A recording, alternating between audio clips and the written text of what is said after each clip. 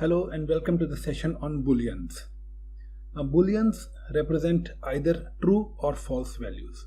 These are really important to any programming language as all the conditional statements that we run depend upon their expressions evaluating to true or false. So for example, if you are going to have a statement that says if or else, then you need to have Booleans there so that you can choose the correct direction of movement. Now, Python Booleans, the actual values are going to be true and false, and whenever we have an expression that evaluates to a Boolean, this is the return type that we're going to get. So let's take an example. We are going to evaluate an expression 10 is greater than 9. Evaluation of this expression can be either true or false. In this case, 10 is actually greater than 9, so we're going to return true. 10 is equal to 9 is going to return false, and 10 is less than 9 is also going to return false. So let's take a look at the kind of returns that we are getting. So you can see this is the way Python represents Boolean values as true, false and false. Now what happens if you run a statement in an if condition? Then let's take a look.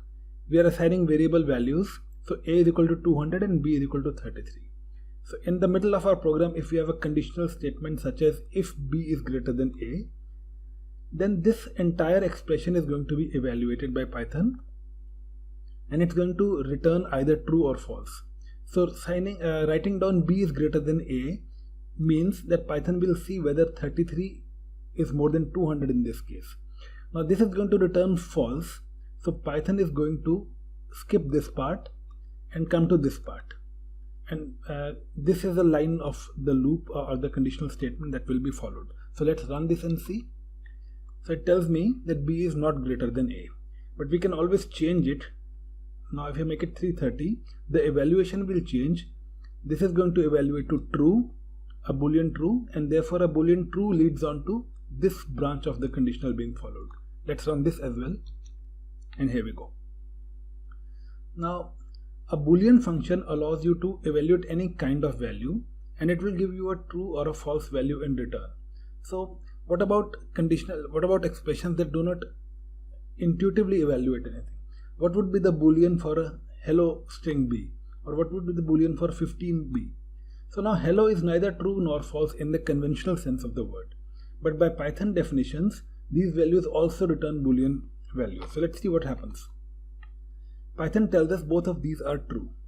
So these are true because most of the expressions can be evaluated to true, except for a few very specific exceptions. For example, if we have an empty string or if we have the number 0, then those would evaluate to false. Otherwise, mostly we're going to get a true in return as an evaluation.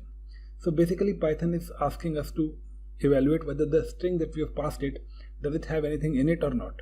So that is the logic behind this. These kind of values which are not intuitively true or false, if you look at hello you wouldn't be able to say it's true or false, but these kind of values exist and they are called truthy values. So let's see what happens here. Now this is the same thing as the above cell, only that this time we are expressing it in terms of variables. So let's run it again, and once again the output is exactly the same. This is the same statement that I was making earlier, that almost any value is evaluated to true if it has some kind of content in it. Now if you're going to evaluate any of these statements where is a filled string or a set of number 1, 2, 3, a number here, or a list which has something in it, so all of these are going to evaluate to true. But some values are false, and these are the ones which are going to be false. So if you pass false, which is a Boolean in itself, it's obviously going to evaluate to false. None is a special type in Python which indicates the absence of anything, so this is also going to evaluate to false. 0 is something which evaluates to false. An empty string, an empty tuple, an empty list, and an empty set. All of these have no content, so all of these are going to be evaluating to false. We run it and see, and that's fine. Now you can also get Booleans returned from functions.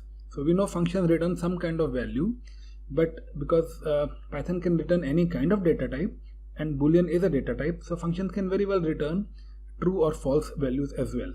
So for example, if you make a really elaborate function that tells you whether a number is a factorial of another number that you have given, you could expect the return to be a Boolean. That would work as well, and then you can use that Boolean in any conditional too.